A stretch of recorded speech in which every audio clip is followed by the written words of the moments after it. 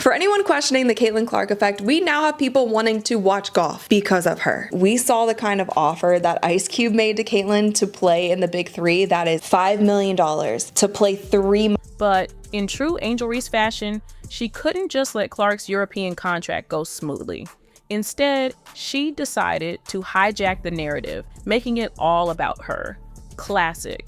In the WNBA, we've never seen anything quite like this. Someone so determined to stir up trouble. People talk about Caitlin getting hate, but someone sat down and spent hours putting together an 8-minute video with interlude clips all to trash Angel. Why?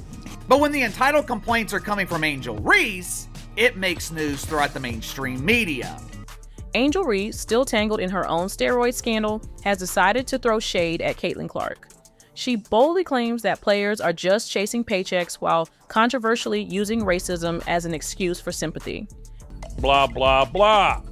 From Angel Reese. It's yet another dramatic twist in the ongoing saga of Reese's antics. It's clear Angel Reese is aiming all her drama at Caitlin Clark. The wildest part? Caitlin has never said a single negative thing about Reese or any other Black player. Yet, for some reason, Reese is out here ranting about how some people don't deserve a silent treatment, or whatever vague insult she's tossing around today. Let's be real. Clark heading to Europe? Entitled players in the WNBA just can't seem to understand is, you get what you put in, and right now, you are getting exactly what you deserve. Isn't just about trying out a new scene or chasing a paycheck. No, it's about escaping the toxic circus the WNBA has become. Sure, at first glance, the WNBA might seem like a dream for a player like Clark, a generational talent built to dominate, but in reality, it was turning into anything but that. Instead of just shooting hoops, she found herself dodging scandals and side eyes like it was part of the game plan.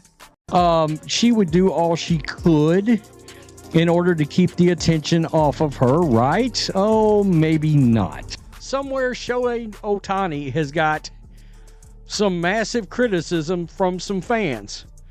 That's part of being a professional sports player. I don't care who you are. Angel Reese is officially losing it, all because WNBA fans dared to criticize her over, you guessed it, yet another controversial post. With the league in off-season limbo and absolutely nothing exciting happening on the court, Angel clearly decided to keep the spotlight on herself, whether anyone wanted it or not. But you're still posting all these three-quarter naked pictures out there, and you're wanting to play the victim. It's a bad look. The other thing that Angel Reese has decided to do, and she did it the other day and I let it go. Yeah, I'm not letting it go today.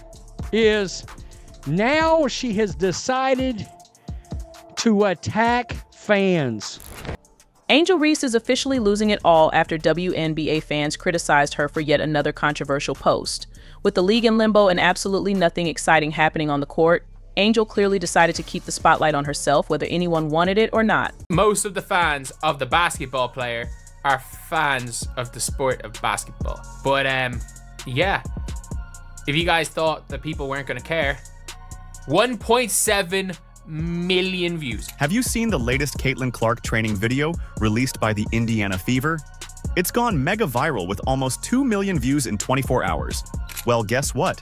As if on cue, within a day, in a completely expected and hilarious twist, Angel Reese's PR team leaks her own. And it's a complete joke. Clark's? Pure gold. Reese's? Well, let's just say it's more like fool's gold. You know, it's kind of hard for me to wrap my head around because I'm so focused and so competitive and I love the game, I love playing, I love being in front of the fans. But over the course of probably the last 2.5 years, it's all kind of changed where, you know, it's hard to get a ticket whether we're at home or whether we're on the road. This intellectual sport icon recently spoke out to defend and support Caitlin Clark after she was crowned 2024 Athlete of the Year. Despite her achievement, Caitlin quickly found herself at the center of a media firestorm. Ridiculous, and let's talk about how ridiculous it is. Known more for her dramatic antics than her basketball highlights, Angel Reese has managed to rub fans the wrong way for ages. Angel Reese has taken to doing two things, all right? Number one, being a massive hypocrite because, well, she didn't want to be over-sexualized, but She's posting some brand new underwear pics, some brand new draws pics. From her over-the-top sympathy-seeking moments to her blatant jealousy toward Caitlin Clark, it's like Angel Reese has mastered the art of making things worse instead of better. And just when you thought it couldn't get any messier, she showed up flaunting a bikini online, setting the internet on fire, but not in the way influencers dream of. I do think that some of this drama, and she started some of it, to be fair, got to her. I'm literally lost for words knowing what this woman meant to me in such a pivotal point in my life. She was the only person, which is interesting since she's been hand pays them bills, baby. I just hope y'all know the WNBA don't pay my bills at all. I don't even think that pays one of my bills.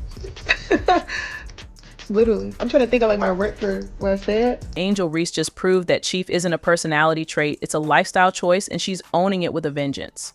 In the offseason from basketball, she decided that a few extra bucks were worth completely destroying her image, so she pursued a bold career. I'm a beautiful girl. Like, I'm a beautiful woman. I've been posting pictures in my bikinis. I got a nice body and I work hard for it. And if I want to post a picture in my bikini, I should be able to without being sexualized. From the beginning, it's been obvious that fame and money were her top priorities, no matter where they came from. Last night, she was spotted at a strip club with Cardi B, finalizing a bold modeling contract that left everyone speechless for all the wrong reasons. I've got all the messy details, so let's get straight to it.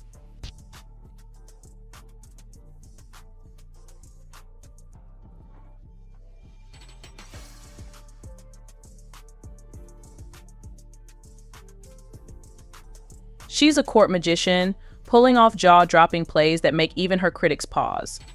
Meanwhile, Angel has been working overtime both on and off the court trying to outshine Caitlin, but it hasn't worked.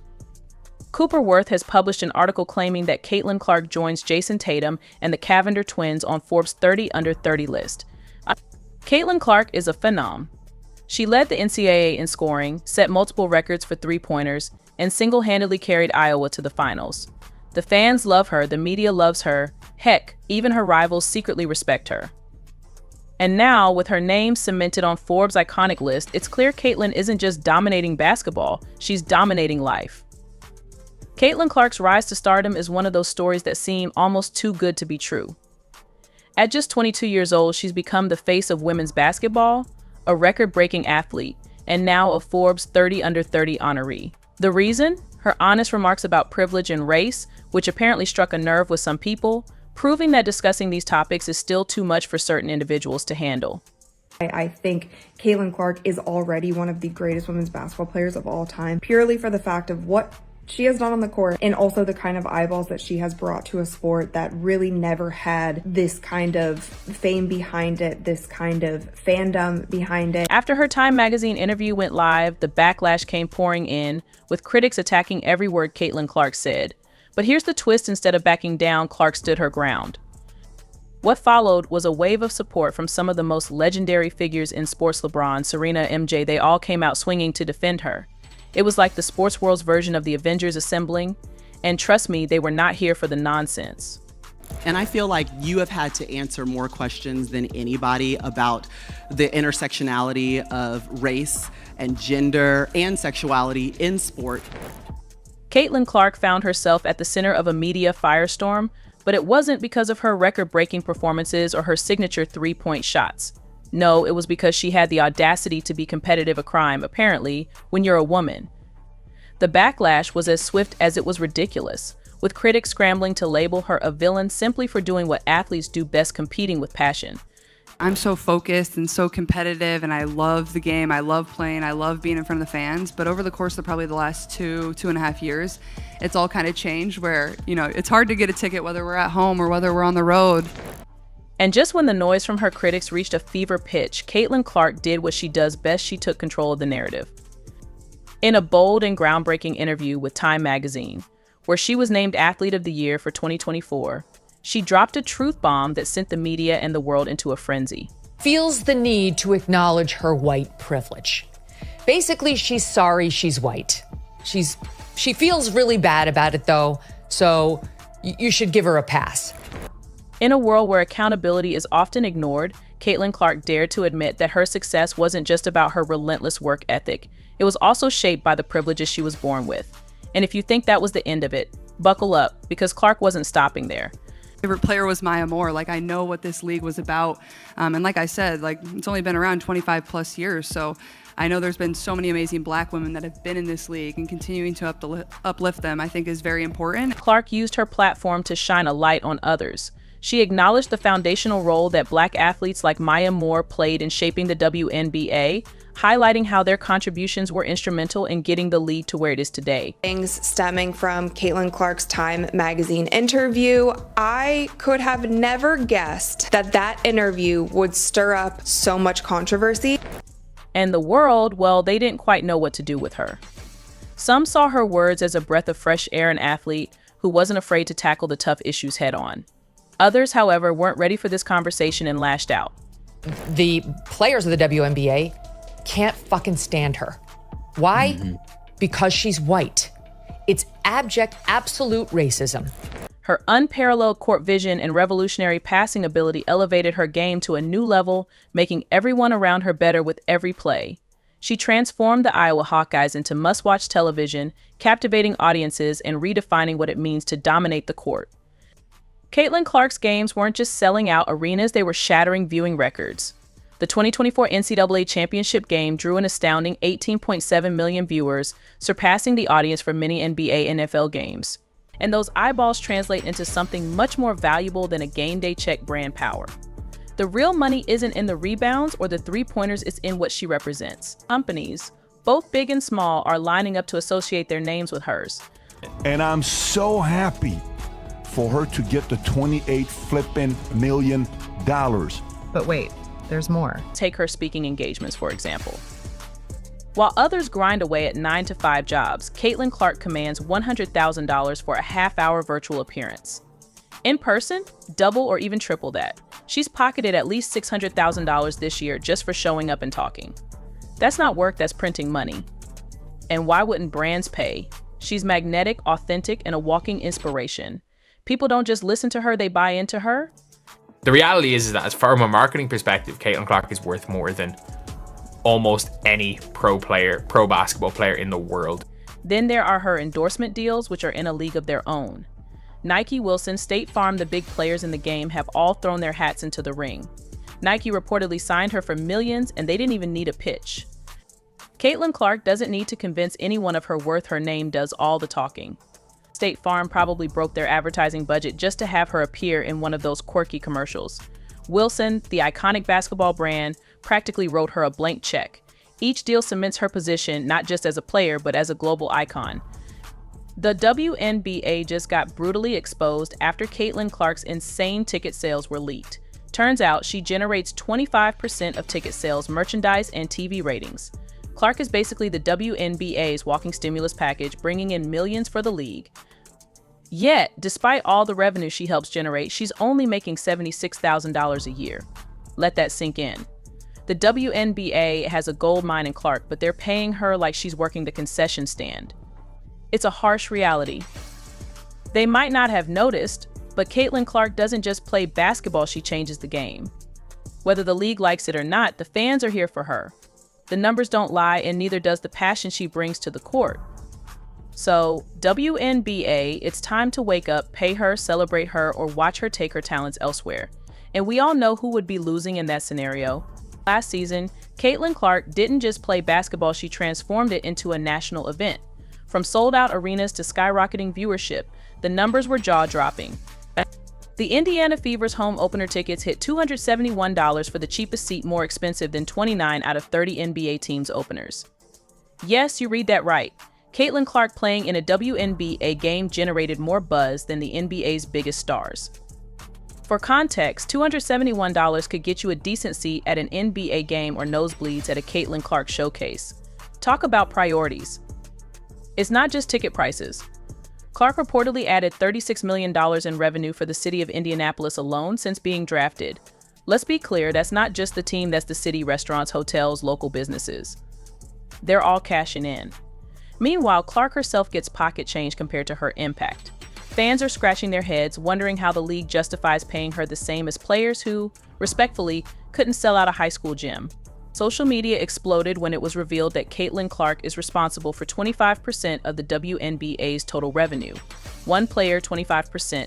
The reaction was a mix of awe, outrage, and sarcasm. Comments like Clark is the reason this league is still afloat. But this isn't just about talent, it's about grit, determination, and an almost otherworldly ability to shine when it matters most. Caitlin didn't just play basketball, she transformed the way the game is seen. And yet, amidst all her success, one person has been quietly or not so quietly fuming Angel Reese. She wins the national title. First thing she does, she mocks Caitlin Clark. And then she doesn't even celebrate with her teammates. So she's made it personal with Caitlin Clark. Then she's played off of that. Even Caitlin Clark getting knocked down in that game on Saturday, who's standing up applauding but Angel Reese. So she's sort of embraced a Draymond Green role here. From the moment they first met on the court, the tension between Caitlin and Angel was undeniable. It wasn't just competition, it was personal. Caitlin, with her sharp shooting skills and uncanny ability to read the game, made every play look effortless. Fans adored her, not because of her background, but because of her brilliance. On the other hand, Angel was always the loud one, the defiant one, the player who brought drama both on and off the court. While Caitlin's game did the talking, Angel often resorted to theatrics. Let's be real, Caitlin's stats alone are enough to silence any critic. She led the NCAA in scoring, averaging an insane 27.8 points per game. That's not just good, it's historic. She became a three-point shooting machine, hitting shots from distances that made defenders look helpless. It wasn't uncommon to see her drain a shot from nearly half court, turn to the crowd, and flash that signature smirk. Fans loved it, opponents, not so much. Started from the national championship game, and I've been dealing with this for 2 years now. And understanding, like, yeah, negative things have probably been said about me, but honestly, I'll take that because look where women's basketball is. People are talking about women's basketball, but you never would think that we'd be talking about women's basketball. People are pulling up to games. We got celebrities coming to games, sold out arenas, like, just because of one single game. And just looking at that, like, I'll take that role. I'll take the bad guy role, and I'll continue to take that on and be that for my teammates. And if I want to be that, and I know I'll go down in history, I'll look back in 20 years and be like. And then there were her assists -100.6 per game. That's right, she wasn't just scoring, she was making everyone around her better. Meanwhile, Angel Reese watched from the sidelines as Caitlin's star continued to rise. Reese is talented, no question her defensive skills are solid, and she's had her moments of brilliance. But it's clear that Caitlin's success eats at her. Every time Caitlin received another accolade or broke another record, Angel seemed to find a way to make it about herself. From passive-aggressive tweets to thinly veiled comments in interviews, she's made no secret of her feelings. I'll take that because look where women's basketball is. People are talking about women's basketball, but you never would think that we'd be talking about women's basketball. People are pulling up to games. We got celebrities coming to games, sold out arenas, like, just because of one single game. And just looking at that, like, I'll take that role. I'll take the bad guy role, and I'll continue to take that. Take the Forbes announcement, for example. Caitlin's inclusion in the prestigious 30 under 30 list should have been a moment of celebration for women's basketball as a whole. Instead, it turned into another chapter in the Caitlin Angel saga. While Caitlin humbly thanked her supporters and acknowledged the impact of her coaches and teammates, Angel's reaction was different. She didn't directly address Caitlin's achievement, but her social media told the story. Cryptic posts about being underrated and overlooked sent fans into a frenzy. Was she taking a shot at Caitlin? Most people thought so. Caitlin Clark's last WNBA playoff game had over 2.6 million viewers, and now we are seeing the ratings dip under 1 million viewers. Magazine Athlete of the Year, I think it's really great for the league. And what about Angel herself? So far, she's kept quiet, uncharacteristically quiet. You have to wonder if she's drafting a response, crafting just the right words to diminish Caitlin's win without sounding too bitter. Let's be honest, subtlety has never been Angel's strong suit, but maybe this time she realizes there's not much she can say. This isn't just another social media spat, this is Caitlin Clark being recognized as the best in the game. Here's a clip from the Matrix Studios Coronet session. Some of Angel's fans are predictably crying foul, accusing the system of bias, bringing up old debates about double standards and race. But let's call it what it is. Caitlin Clark earned this award. It's not about favoritism or politics. It's about performance. And let's not forget the narrative Angel tried to push after the NCAA championship. She played the "it's a team game" card, reminding everyone that LSU had won the title. But here's the thing. Individual brilliance still matters. Caitlin Clark's contributions were undeniable, championship or not. This award doesn't diminish LSU's victory. It simply recognizes that Caitlin was the standout star of the season.